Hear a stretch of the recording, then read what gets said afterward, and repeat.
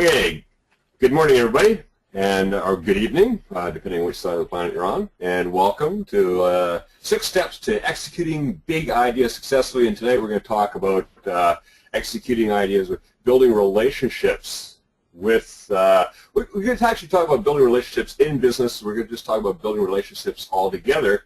And I'm doing this with David Perdue, and actually David is the one who organized all this. David, if you've never met David, fantastic, brilliant guy. I got a chance to meet him in person finally in Atlanta last year at NAMS, and wow, watching him in action, always an interesting thing. So welcome, David. Thank you, Kevin. It is an interesting thing. I never know if things are going to come off or not. Well, you and your team somehow pulled everything together. Yeah, we do. So. It always works. It always works. It's a little. It's always a little 3-ring circus, and it just keeps getting bigger and bigger. NAMS keeps getting bigger and bigger, and it is exactly because we follow this process that it continues to get bigger and bigger. So, exactly. When you and I talked about this, one of the things I wanted to talk about here tonight was how these 6 steps, and these are very simple steps that a lot of folks are probably familiar with, but may not be implementing them into their business or into their relationships or their life, because frankly, it works for everything. Yeah. And we talked about these 6 steps, and you and I were chit-chatting, and we both have some personal relationships that we went from dream to execute, and whenever you do dream to execute, that's a plan for spectacular failure in my mind. Yes. And large alimony payments. And large alimony payments. That's right. That's right. So you can see the big steps here are on the 6 steps are on the front page: dream, prototype, test, execute, feedback, and improve. And the reason I want to talk about this is because those steps I've documented and have been using those for the last 20 years in my consulting businesses that I do. And I have done some major consulting where we take projects that are $20 million projects and run them using just these 6 steps. I've also been involved in projects where we had somebody who said, even though we got through the prototype and the test part of it, that person who was a big executive with the company said, we are going to do it my way. We're not going to follow what the market test results were. And we kept saying, no, that's a bad idea. The customers, you got to focus on the customers and build that relationship and do this and do that. And this is a really bad idea. Nope, we're going to do it. And this was a major, large company, and we did it. We also built the backup plan for failure in the background, because the day we launched in the afternoon, evening of one day. The following morning, the mess up was on the front page of the Wall Street Journal. Yep. So we had to pull back and go back to our plan, which followed these 6 steps. And to tell the truth, the guy got fired over this. It was a major issue. But when you're talking about building relationships and the invention process of your business, these 6 steps will tell you if you're going to be successful before you even start. So you want to get into it? Let's do it. The first thing I want to show you is my favorite quote. This is Thomas Watson, IBM founder. He was a disgruntled worker who decided to found IBM and became very successful. And somebody asked him later in life, what's your secret to success? He said, would you like for me to give you a formula for success? It's quite simple, really. Double your rate of failure. You are thinking of failure as the enemy of success, but it isn't at all. You can be discouraged by failure, or you can learn from it. Go ahead and make mistakes, because make all you can, because remember, that's where you will find success. I love this because it gives me hope every time I think I'm failing that I'm succeeding, as long as I make a decision based on that failure. Exactly. I'm just going to quickly give you an analogy, because I'm a self-studier of animation, and in fact I've done quite a bit of animation work myself using Flash. And I have a book on animation. One of the favorite things when I was studying how to animate the walk, which is one of the hardest things as an animator, is animating the walk. And all it said, and this was a really important thing it said, was one sentence. It said, walking is just falling forward. Right. One step at a time, you're falling forward. So, right there. it's basically failure. You're falling. That's right. And if you don't do that falling, you're not going to move forward. So you're falling one step at a time. You're falling forward, and you're progressing. And it's just that's basically that's always stuck with me. That's a great analogy. You're right. Yeah, I think it's really important is that if we're not taking the chance of falling forward, falling up that next step, we're not progressing. And that's what we want to do. We want to progress. And the key there that you're talking about is progressing. And the thing is, you want to fail cheaply, right, and efficiently. Oh, yes. Because I have failed spectacularly, not only with relationships, but I've also done it with business before. And a long time ago, what was it? 1978. I owned a weekly newspaper, and one of the pieces that I've written for this 6-part e-course that I'm doing on this, which is free, by the way, and we'll get to that link in a little bit, is about that experience. And it was a dream execute experience, and the failure was spectacular on that. But I learned a lot from that, and my future career in the newspaper business really blossomed from that failure. And right. It was a really important thing to do. But I don't want to lose money anymore. So I incorporate that prototype and the test phase into everything I do before I execute and spend all the money. We're going to see about that too. But tonight we're talking about relationships as well. And how does a prototype and how does a test fit in relationships? Well, we're going to get to that. Very soon we're going to get to that. But I want to talk about these guys right now. Thomas Edison, Henry Ford, and my very favorite is Leonardo da Vinci. Everything he did was a prototype and test. They do those, what they call a refurbish, or whenever they go to a fresco and they do an infrared viewing of the fresco, what it was originally underneath, and then they apply gently any kind of paints or whatever they need to do with that. And they did that with they do it with everybody, but they did it with Da Vinci's stuff too. And every one of them showed a sketch underneath. A sketch is a prototype. And that's really all that is. We're going to come to exactly what makes up prototypes.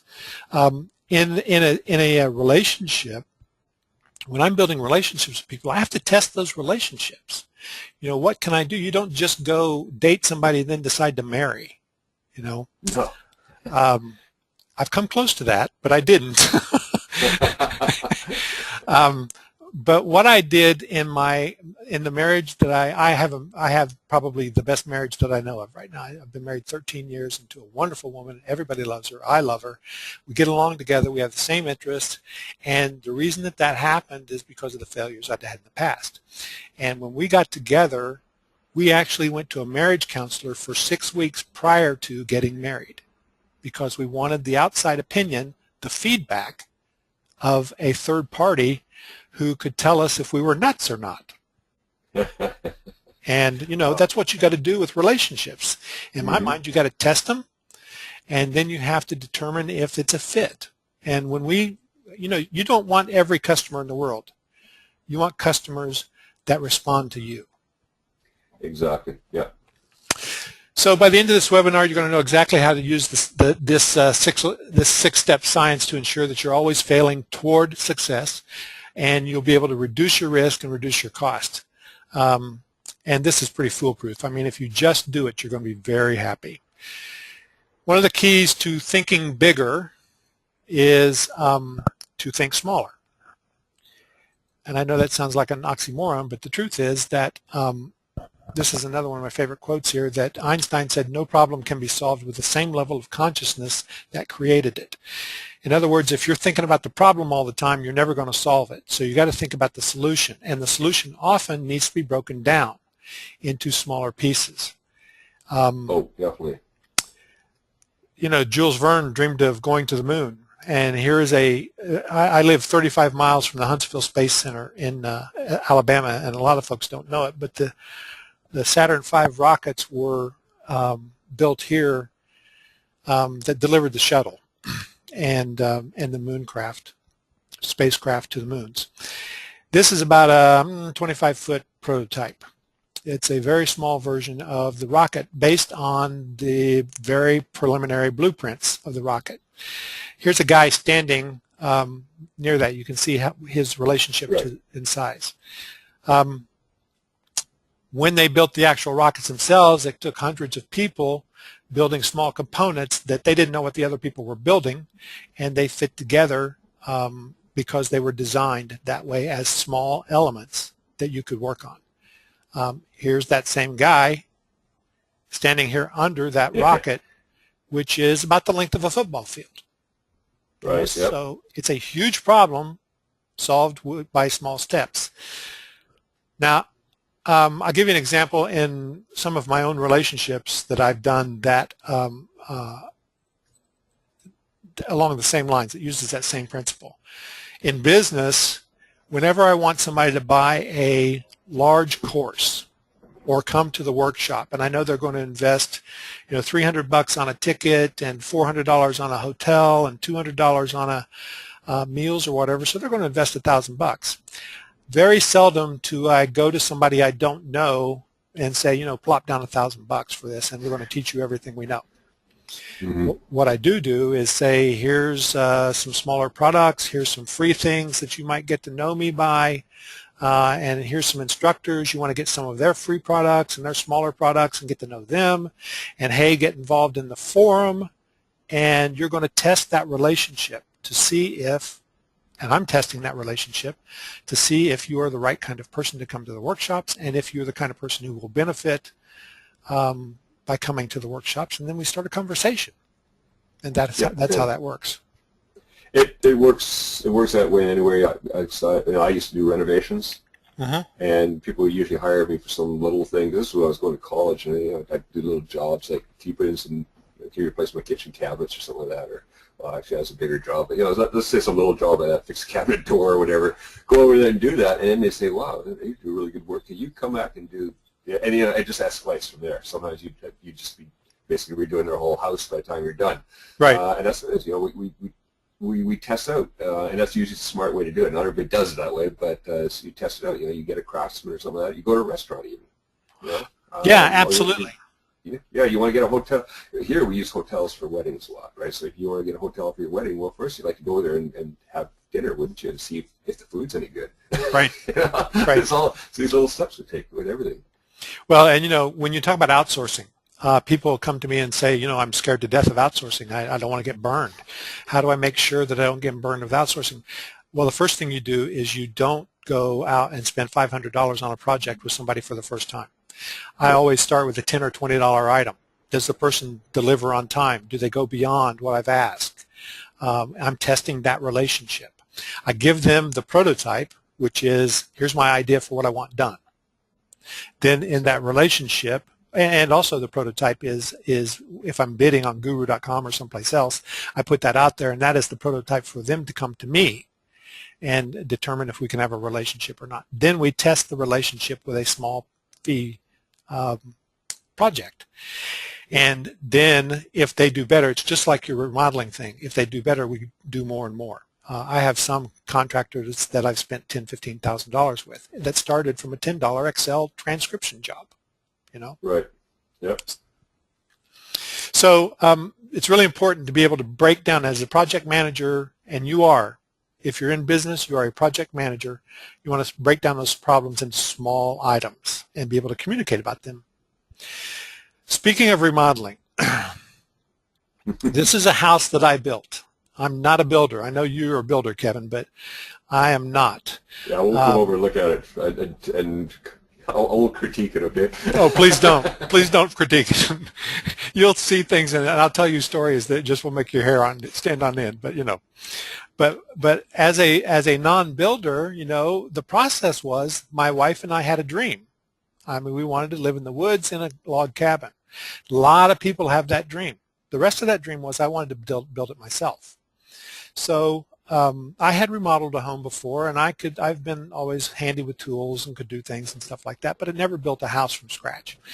So I went to some workshops, and I tested, I looked at their models that they had for log homes, and then I decided, which one I wanted to use based on all of the research that I did. Research to me as part of that prototyping process. Mm-hmm. And then we tested, and by comparing we tested and talked to people who lived in these homes, these log homes, and determined which one we wanted to do. The next thing we did was execute after we decided what we wanted to do. And here's the hole in the ground where we built the foundation in the basement for this house. And after everybody went home that day from building that hole, I stood in the middle of that hole and looked around and said, holy crap, what have I done? Because I knew that there was a lot that was going to have to come on top of that. And see, here I am with another guy, and we started laying logs, and we eventually made it to this house. Now, this house is a 3-story house on the backside with an overlook on a stream, and it's just a beautiful place to live. But I got a lot of feedback. My wife says the cabinets are too high because I'm a tall guy and she's not. So on the next house, the cabinets have to be lower. I improved the house based on some of the things we wanted by adding a screened-in porch and some hanging beds on the lower deck. And you just continue to do things like this, but you don't make changes. And we're going to find this when we get into the testing area. You don't make changes just because you have an idea to change. No. Especially in business, because you end up especially burning you yourself. You get that feedback, and you get to say, like, we're talking about managing relationships and business and stuff. You get feedback, and you find out what things you're doing wrong. Right. People will let you know. Right. And then you fix those. So when you get an idea, how do you implement it? Napoleon Hill says, first comes thought, then organization of that thought into ideas and plans, then transformation of those plans into reality. That last phrase is really important. That's action. Mm-hmm. The beginning, as you will observe, is in your imagination. Ideas are the beginning points of all fortunes, he says. Now, I love to follow a woman who is a prosperity guru. Her name is Mary Morrissey. And she says, everything is created twice, once in thought and once in form. And I love that idea because you can think all day long, but if it doesn't get to form, you got nothing. It's just a good thought. Yeah. Yeah. So inspiration, where do ideas come from?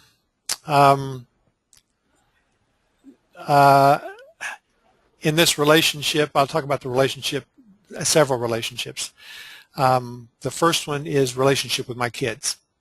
I had an idea 7 or 8 years ago, now maybe 5 years ago. Gosh, I can't remember. It's been a long time. I had gone through a period in the late 90s and late 80s and early 90s where my relationship with my kids, because of our divorce, was not good.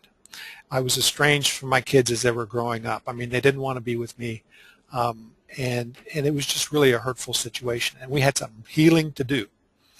And so I tested those relationships. I tested what worked and what didn't work, and I gained their trust, and then I documented how I gained their trust. And the idea was, at this point in my life, was to write a book about those relationships, and that turned into my very first online product, which was called Bad Dad, 10 Keys to Regaining Trust. And it's still out there selling today. But it is about going from being a dad who scared your kids to a dad who loved and supported and nurtured your kids, and how much time it takes to do that, and how much skepticism you have to get over and all that kind of stuff. So the prototype in that case was I envisioned what I wanted in relationships with my kids.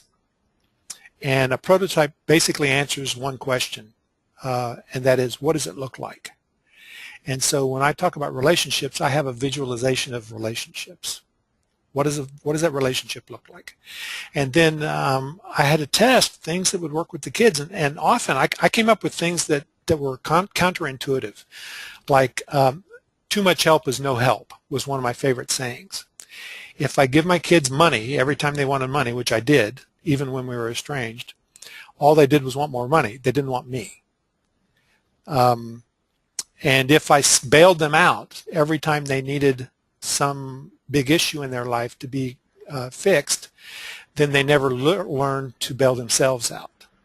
And those are some pretty difficult things to learn in a relationship. But that was all part of that testing. Yep. So for getting these ideas of what you want to do, you got to get quiet and start listening. And I don't know about you, but today's world, it's really tough to find a quiet spot, even here Get in away the from woods. the computer. Yeah, exactly. Most important. Leave your computer and your phone at home. Oh, yeah.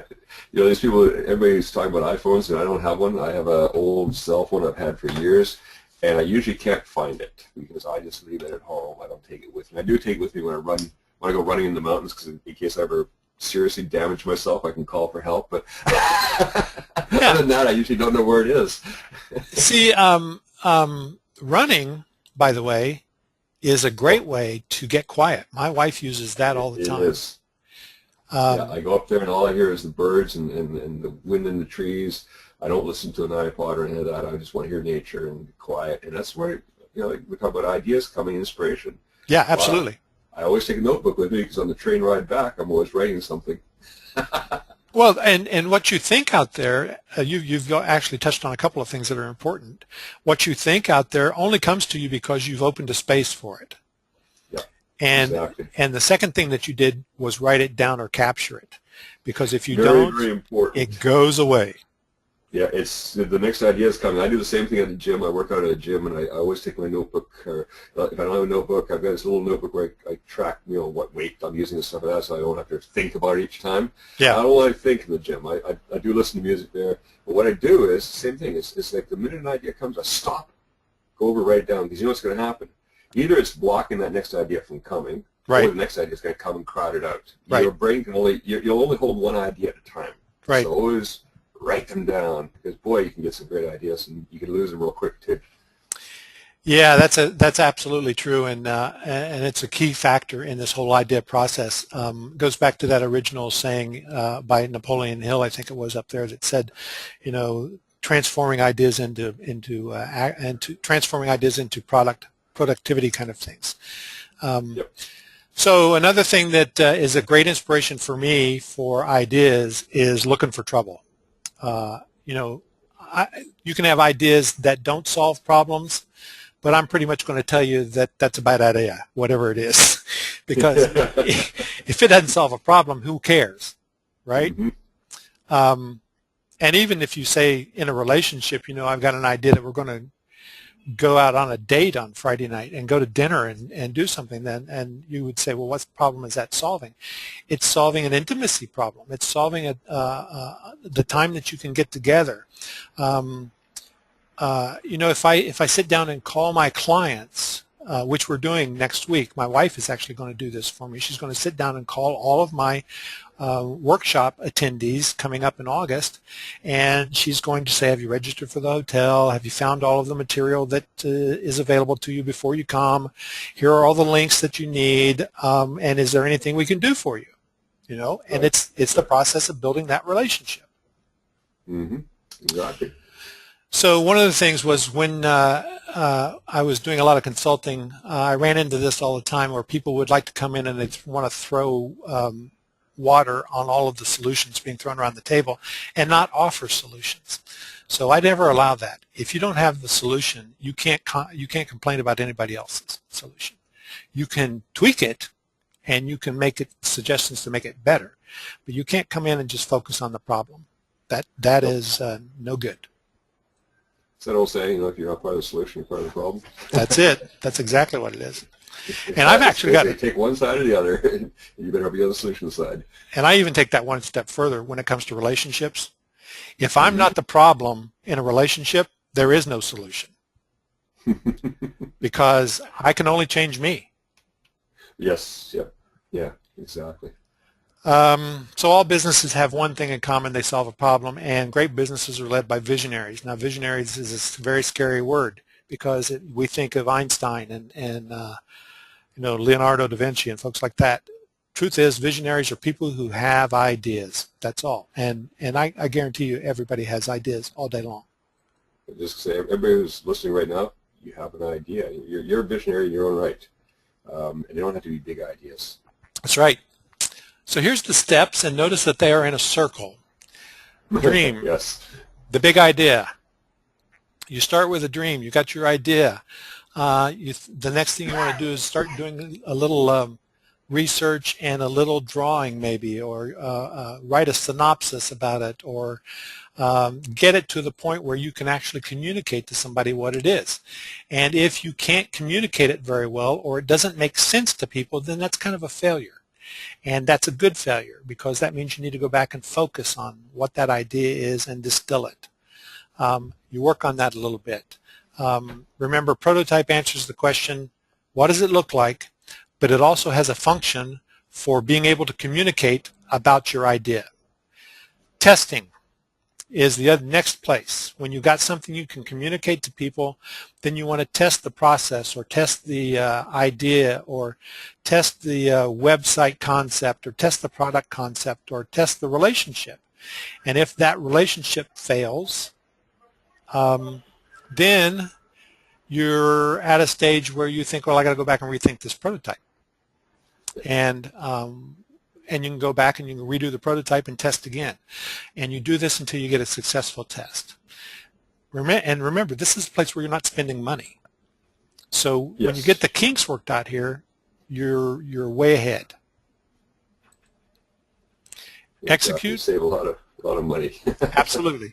And so execute. Now we're in a relationship. I'm trying to JV with you, and we have decided. In fact, let's talk about our relationship.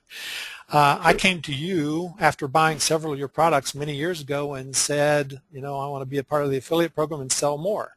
And I actually didn't talk to you. I just started selling more.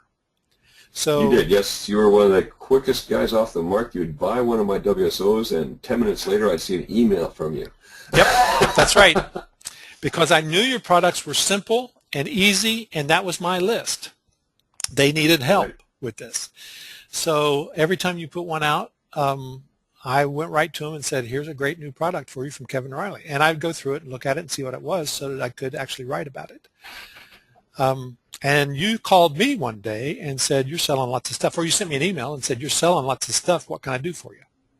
Yeah, exactly. I remember that. That's when I first contacted. And so then we started, I started selling more stuff because I had a relationship.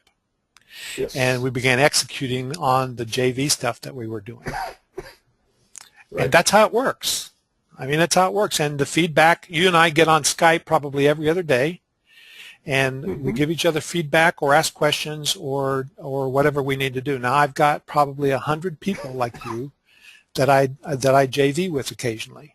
There are people that I JV with a lot, like you, but there are people that I JV with occasionally, and I look very carefully at their stuff because we don't quite have that relationship yet. And the feedback is really what makes me determine whether I want to go forward in that relationship or not. And it's not just feedback from the person, it's feedback about the person as well. Yes. Yeah. So there are many ways we get feedback, and we're going to get to that as we get into the detail as well. And then we improve that relationship. We start, maybe you and I will start doing things together to build products together. That happens a lot in joint venture relationships as well. And then you improve what you're doing, and you come back to the big idea and review, is this the dream I started with originally? Is it the big idea that I started with originally? And if it's changed, how has it changed? And do we need to go through that prototyping process again? And so you just go round and round. Well, in a way, we actually went through this too. We did go through a second cycle because, first of all, like you say, you started promoting some other products and all that, and then you came to me with the second dream, which was, hey, why don't you, how about you coming to join NAM's faculty and being an instructor at NAM? Yeah. And really, I mean, that first time, and then it's a test, right? And you get the feedback from the students. When I was there, was it NAM's 3 I was there? Yeah. Or 4? NAM's 3. Whatever. 3, right? I can't keep track. NAM's 3, I was there, and then of course here's the feedback. Maybe people thought I was he's a horrible person, he's a great person, whatever. You get that kind of feedback there, and then we can improve again. It's like this cycle goes on, and this is exactly with the relationship. I think that's right. Like you say, business, not business. It's exactly like that. You can start seeing that cycle. That's right. Absolutely. And the one thing you might notice with all of the instructors that we have at NAMS, we've had about 40 instructors now through NAMS, and I have good relationships with all of those instructors, but some of them are permanent faculty and some of them come in and out as we need them, and we have to build tiers of instructors there. And probably in January we're going to really flip a bunch of instructors to make sure that we get new material on new topics. We have people who are experts in specific topics, but we want to make sure that we get the newer topics covered as well, and maybe deeper. Well, yeah, I mean, things are on the internet. It's such a never-ending changes. That's right. You got to be keeping up. That's right. So this mind map is a way that I capture ideas. I love mind maps. And I use mind mapping FreeMind all the time. And you can get this mind map if you come to this link, nams.ws/6kevin. You get the mind map and you'll get these slides. You get the replay on this workshop or this webinar and many of the other webinars that we're doing on different topics as we go through this, using this 6 steps as the framework for all of that. So plus you get a 6-part e-course that is all about these steps and in more depth with bigger examples. And I wanted people to be able to go away with something here that they to build and to test the relationship, basically. So I said earlier, size does not matter. From the small to the large, the same process will work. Key to be open to the solution. It may not be what you think it is. I'm going to give you a couple of examples of that in a few minutes. Don't force the solution. Square peg, round hole isn't the easiest way. I mean, how many times have I tried to make a product work when people were telling me, nobody wants that? My mom used to call me John Hardway. Yeah. When I was a kid. That was my nickname from her. She said, you always find the hard way to do things. So I had to improve and get rid of that. Well, I'm still working on that. We have a sign over our back door that at the dinner table that I look at every time I sit down at nighttime, and this big plaque over the door says simplicity, because I like to make things complicated. And I have to remember to keep it simple. Yep. And the big thing for me is accept your solution wherever it comes from, because you're not really in charge. The marketplace is in charge. Writers talk about the characters taking over their book. The marketplace will take over your product. Your relationship will become an entity unto itself. You can finesse it. My best relationships. I've got a friend that I only talk to once or twice a year, and he's my best friend. But when we pick up our relationship, we pick it up where we left off. And there's no hard feelings, there's nothing. I mean, it's just great to be able to pick that up.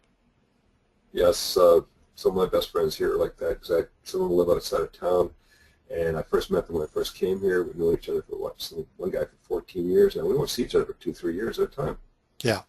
But when we do, it's just like that. And that's the best kind of relationship.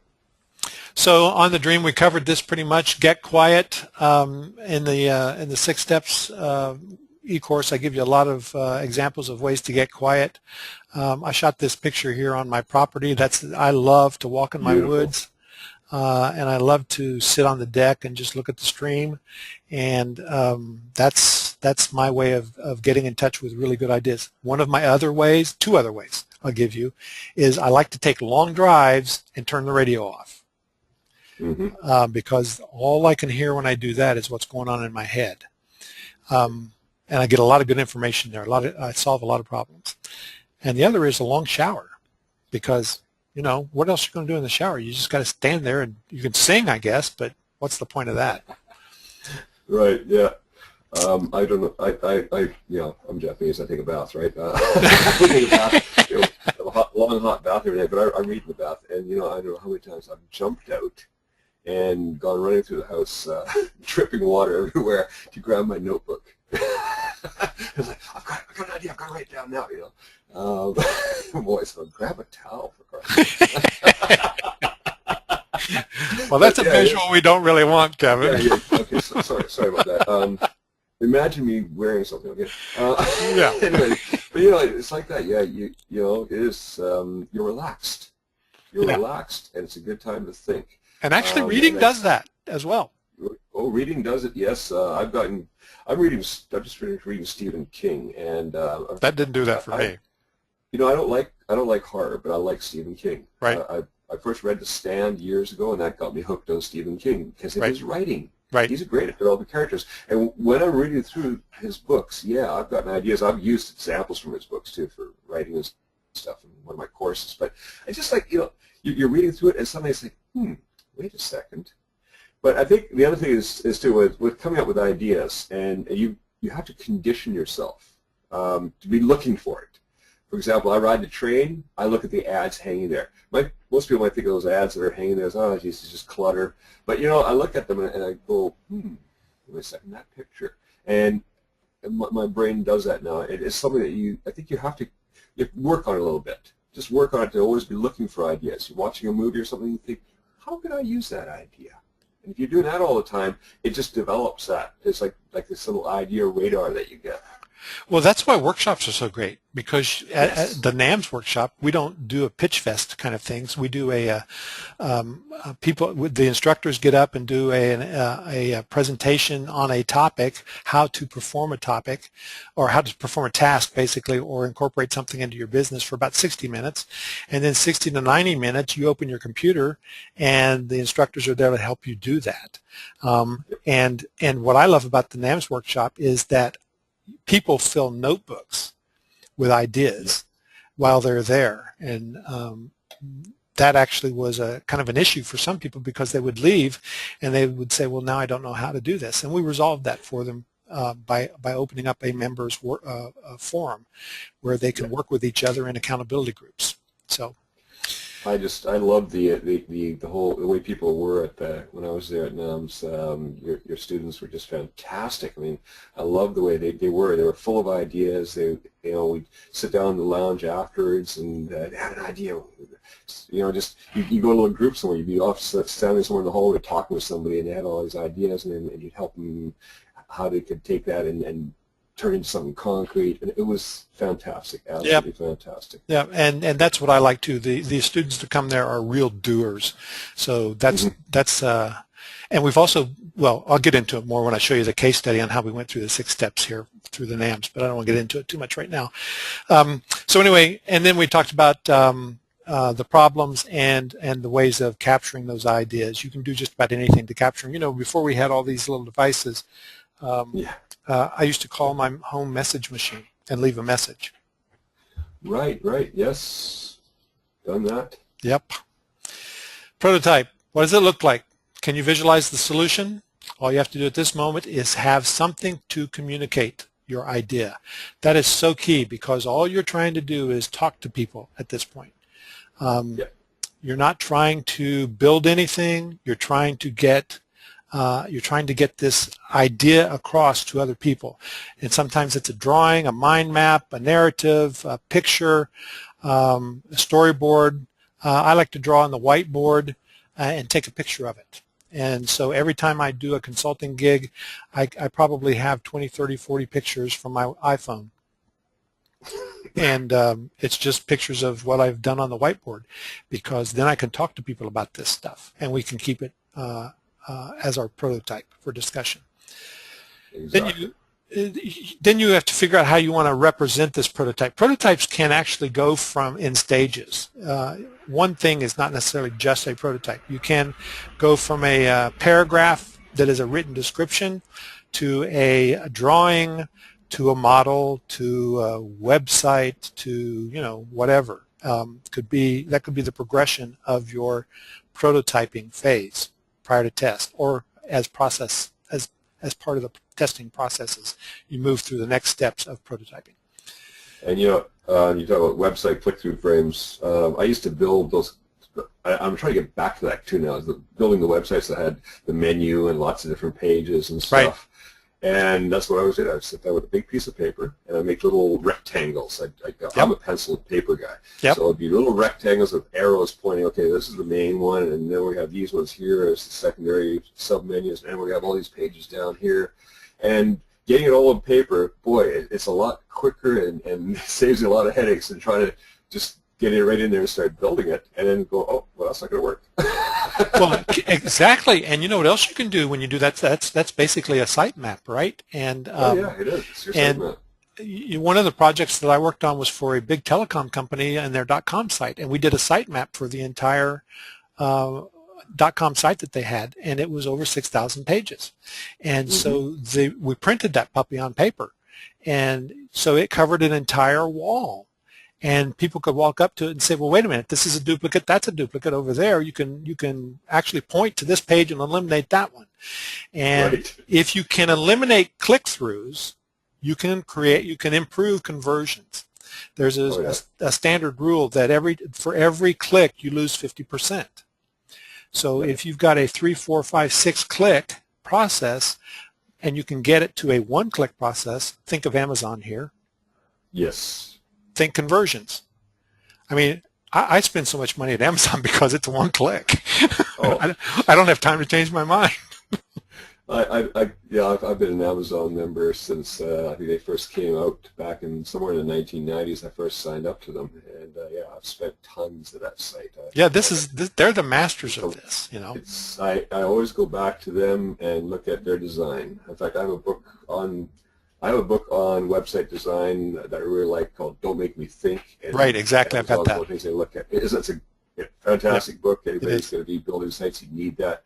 I always follow the rule I always had was no more than 3 clicks deep. Yep, that's a good one. No more than 3 deep, and I always laid out my idea maps that way. Okay, wait a second. If we're going to have to go this 4 deep, then let's put this into a new subcategory or something. Let's do something to bring it up one. So when you talk about that from a relationship standpoint, you've got a relationship with that person who's clicking. Exactly. And if you're making it hard for him to have a relationship with you, he's gone. Yes. And we've got to remember this everywhere. Facebook, let's just talk about relationships and Facebook for a second. Facebook, you're developing relationships with people. Now, I've seen people who do a very good job of this, where they're out there and they're thinking of it as a relationship, and that's fantastic. Other people think of it as a one-way thing, like I'm just going to put out all this spam. Really, if you're promoting stuff on Facebook, you're spamming, because that's not what it's there for. That's what your pages are there for. Okay, so build a relationship with people. That's what it's there for. I have my friends, my family on there. I don't want to spam them. That's why I was very careful yesterday when I put up this event. I thought, okay, only the people that I know would be interested in this, and I'm just going to do this every once in a while. I don't want to spam them. But, because it's a relationship, and if you're developing that relationship, and whether they're just friends or there are people who are your customers, I have a lot of customers that become friends over the years, and I mean really, really friends. I will call them up and talk to them. Sure. That's just the way it is. I mean, that's the way it should be, and that's why you get a good relationship going. And I always surprise people will email me and say, do you remember me? I'm so of course I remember you. I talked to you about your son, I remember these things. I don't know how, but that's the way it should be. Well, it's because you've got a good relationship. Yeah, you've got a good relationship going with people. I had somebody the other day who was upset about something. Emailed me about something, and I was really surprised. So I emailed back and I said, well, what is it that you're actually looking at? And then we quickly, with a couple of emails back and forth, we resolved it, and it was happy again. Well, not only happy, but because you resolve it and because you treat that as a real relationship, those become the people that I have as best customers. Exactly. Many times. Oh, yeah. Because you've gone the extra mile for them. Yeah. So let's see. The one thing I want to show you here is the art of the napkin. It's kind of a thing that I threw out here, and it basically is about this prototyping thing. And this is one of the whiteboard pictures from one of my big consulting gigs. This was a 3-month project, and this was our initial meeting. And what we did was just discuss what some of the work entry processes were for this big organization. And I started drawing lines and making notes, and my writing's terrible. So, nobody could understand what this was except me. So then I put it into this form, and I was able to go talk to them about this, and each of these represented a bottleneck in the system. And I had about 20 different little arrows with words that popped in from the bottom that pointed to places where things happen along this process. And right. They printed this out with all of that annotation on it, 10 feet by 10 feet, and put this on the wall so people could see where they were in the process. Right. And that was how they got work done. Oh, yeah. Yeah, definitely. So prototyping, that was my point about prototyping, going from an initial design or initial idea sketch into something that you can really talk about. And then in the testing, we talked about working out the kinks. This is where the failure is good. We want subjective versus objective test. We only want to do objective test. You can talk to your mom all day long, and she's going to love what you do mostly. I don't even tell my mom what I'm doing. I just do it. Yep. Mastermind groups, really good friends who are honest with me, customer samples. Sometimes it takes a third party in relationships. If it's a personal relationship, it takes a third party to talk with somebody about it, and what's my part in that? How can I resolve this? How can I make this better? That's a key area. But you really want to focus on who's giving you subjective feedback in the test. Blind versus scripted test. In the corporate world, they are very focused on scripted test. I've seen, testing QA organizations are usually about a third of what the IT development group entirely is, and takes about a third of the time for any piece of software. But the big mistake most of them make, I think, is that they try to drive it straight through scripted test models. And it all works because it's written down. Go to step A, you should get step B. Go to step B, go to step C. All those things work. What happens if you are somebody who doesn't know that you go to step A and you start at step C? That's a blind test. How intuitive is it? And those are the ones I like. I want people to fumble around with it and find the fastest way to break it. Exactly. Actually, that book we were just talking about before, I think there's one in there. They did that with the tests with the people on a website, and all these guys were just scripting it and figuring it out, and they knew exactly how it was going to work. But when they brought people in off the street, that's when things break. Yeah. Because people do things intuitive ways. That's right. Especially when we come from one thing to another thing, we carry over from the first thing as to how to do something. That's right. And the completed test. The completed test is either a failure or a success, but both are success. If you have a complete failure and you have to trash the whole thing, think how much money you've saved. Exactly. If it is the failure was the kind that is just a fix that you can modify it and retest, again, you've moved. You're failing towards success. So both of these are, if you do it here, this is success. Mm-hmm. Test, Microsoft mantra, good enough. Works mostly, create version 1, make money, finance version 2, make more money. I love that process, I must say. But it does make me want to Mac more. I understand. I understand, but it also has made Bill Gates the richest man in the world. So it does. The thing about this that I relate to is it doesn't have to be perfect. Yes. And your relationships with your people doesn't have to be perfect. We just talked about the customers who are not happy with you. They didn't get a download or whatever it is.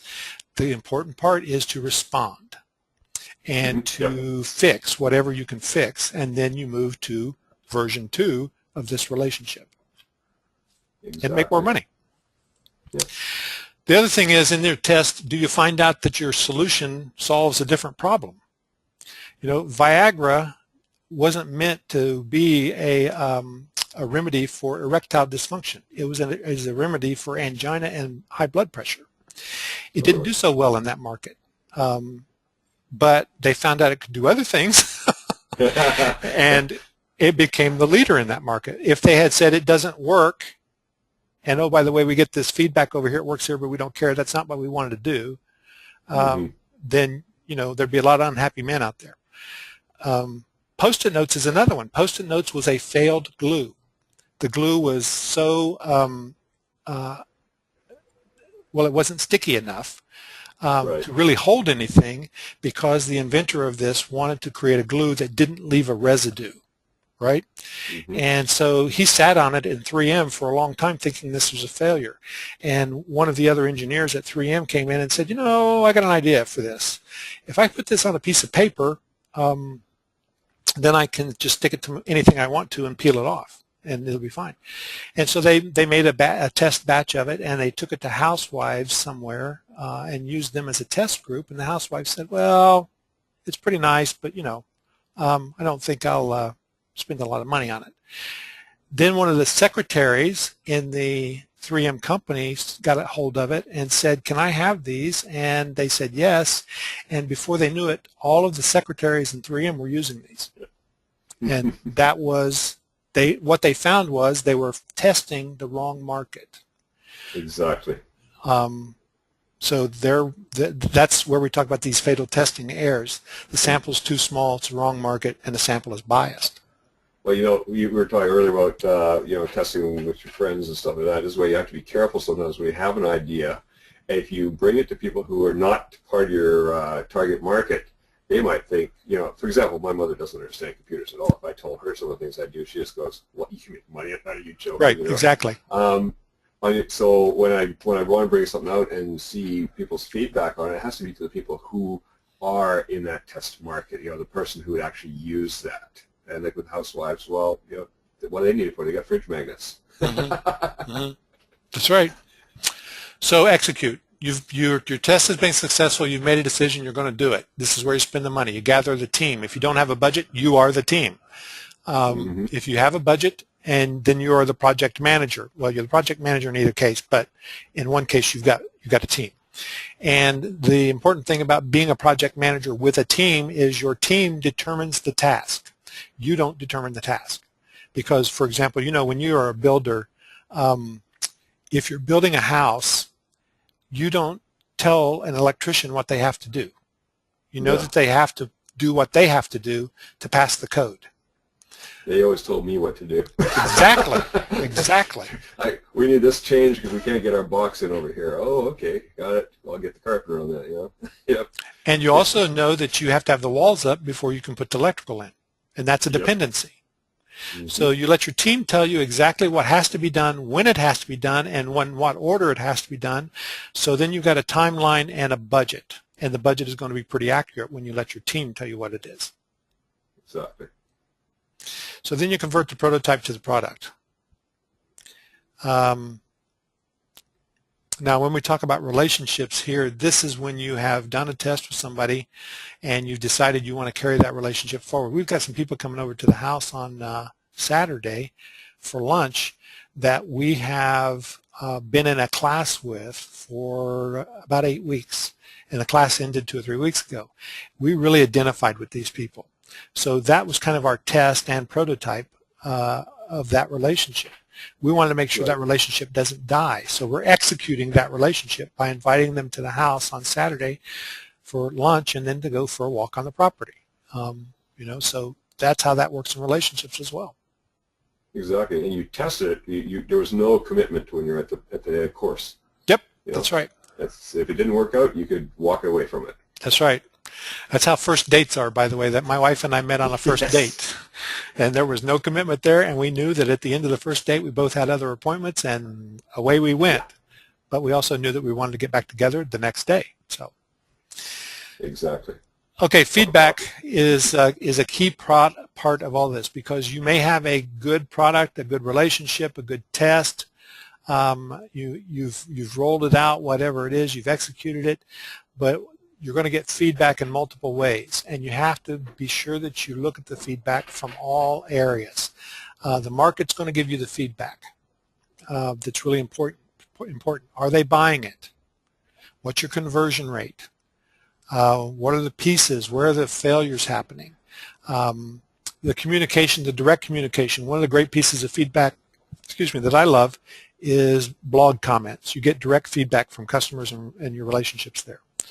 But the one that is most key to me about business and product is the technical feedback. What's the traffic? What's the bounce rates? What's the where's the cart abandonment?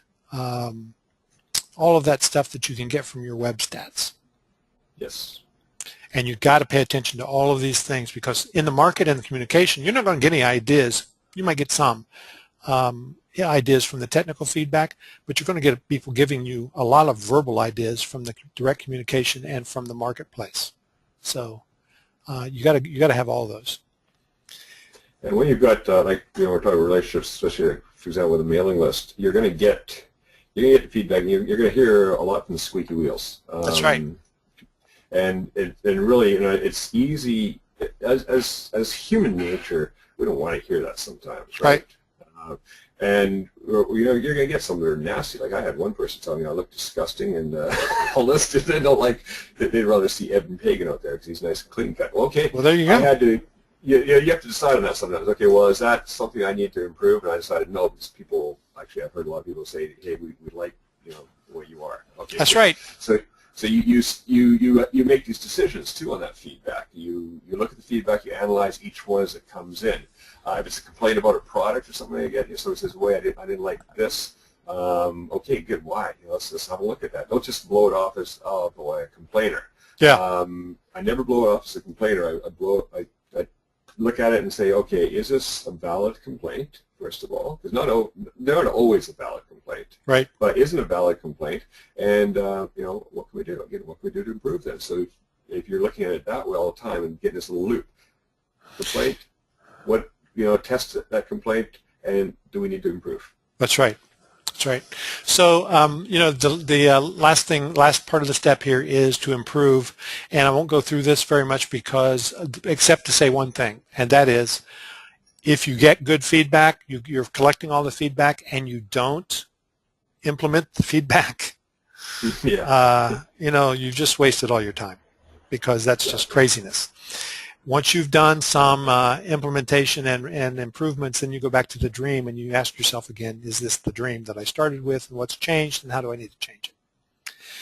So I want to talk to you about NAMS as a case study for this 6-step process, and there's Kevin with Ellen Britt. Look at that disgusting-looking guy. Disgusting-looking guy. By the way, for that, when somebody says I'd rather look at Evan Pagan, the solution to that is, here's my affiliate link to Evan Pagan. Exactly.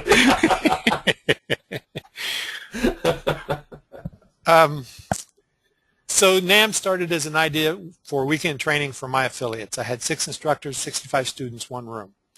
And it was really just to get people to use the hub and spoke system that I was presenting in the hosting world with the specific hosting company that I had at that time. And let's see, it was great. And Jeff Herring, after the first day, became a lot more than I thought it was going to be immediately. Jeff Herring said after the first day, "You're going to need a bigger boat, David." And he was right. He was right. So the feedback was people wanted more hands-on training, more small groups, and more focused on experience level. Now, you know what? I bet this feedback is what every other conference gets. They would like more hands-on training, more small group discussion, and more focus on experience level. And I don't think people pay attention to that. We were all in this one room at NAMS 1. We did not have separate breakout rooms. We did send people out in the hallway to small groups and stuff like that, but not enough. So NAMS 2, I booked 3 rooms and built 3 tracks, beginner, intermediate, advanced. We had ended up with 118 students and 18 instructors instead of our original 6. Here's Willie Crawford, Mary Wilhite. There's Chris Cobb, who moved to the front of the room at NAMS 1, and now in NAMS 6, we have Chris Cobb and Dan Morse, who are 2 people who've been to all of the NAMS, gone through all 4 tracks, and are now instructors. And they have just really taken their businesses from 0 to a full-time living, and it's been great to watch that happen. So NAMS 2, we got more feedback, which was more hands-on training, more affiliate marketing focus. Beginners group was too big. That was interesting. Advanced group wanted more intimacy. So what we did for NAMS 3 was and this is the one you came to, we had 175 students, 4 tracks, Beginner 1, Beginner 2, Intermediate, Advanced. Beginner 1, people had a computer. They may not have had a website or a blog. They didn't have, they had not made a sale. If they had, it was an accident. Beginner 2, maybe somebody who has a website or a blog already, or they're selling through Facebook or Twitter or whatever, but occasionally they make sales, not much. Intermediate is somebody who has a business and they're making enough income on that business to supplement their income, so it's, maybe they're making a car payment or something. Advanced is somebody who's making a living online and they want to take their businesses sustainable. They want to create something that works without them. And what we did for the advanced group at that one was we turned off the recorders in the afternoon during their mastermind groups. Right. So that they could talk about their businesses in depth. Yep. NAMS 4 was the same system, 200 students. Only negative feedback was how to continue the learning and the support, and we need a nicer hotel. So I like the hotel. Yeah, I like the hotel too, and the people were great there, but the new hotel really rocks. Helpful. Okay, good. But we didn't burn bridges. We may go back. You never know. So what we did was create a forum where people have accountability groups in the forum where they can actually join based on geographic region. They can help each other. Instructors have a place in the forum where they can answer questions that the people have given them, and they get a lot of interaction, and it's peer-to-peer help. So that's a great asset to this. NAMS 5, I did a test at NAMS 5. NAMS 5 was virtual, completely virtual. We did, over a week, we did 25 actual recorded hour sessions. On Friday, Saturday, and Sunday, we did 18. So that was a ton of effort, and by the end of that, I was fried. Yeah, but it was really good. The instructors were great, and the response was terrific. They liked that virtual concept, and what they wanted was, in addition to the virtual concept, they wanted more and more of this kind of training that they could go back to. So we continued the weekly webinar deep dive sessions where we bring the instructors back and they go into their topics even deeper and really expound on some of the stuff that's there. So that brings us to NAMS 6. With NAMS 6, we have people meeting in Atlanta. As always, we meet in Atlanta. Right now, we haven't branched out anywhere else.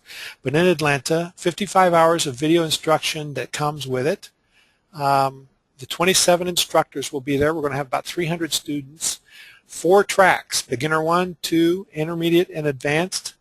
And like I said before, that is a demonstration or a 60-minute presentation followed by a 60 to 90-minute implementation for all of the people in those tracks. We've built this track system so people can move through them. If you are in Beginner 1 twice, I'm going to kind of come up to you and say, what are you doing? Why are you there?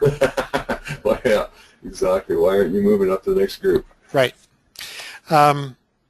We have add-on workshops before and after NAMS 6, and the dates of that, by the way, are 19th to the 21st. So we have a couple of add-on workshops on the 18th and one on the 22nd, and we always hang out together on the morning of the 22nd and network, and it is really a great time there. So if people are interested, they can go to nams.ws/Kevin, use this coupon code 100SPECIAL, and it will get them in for $100 off until the end of the month.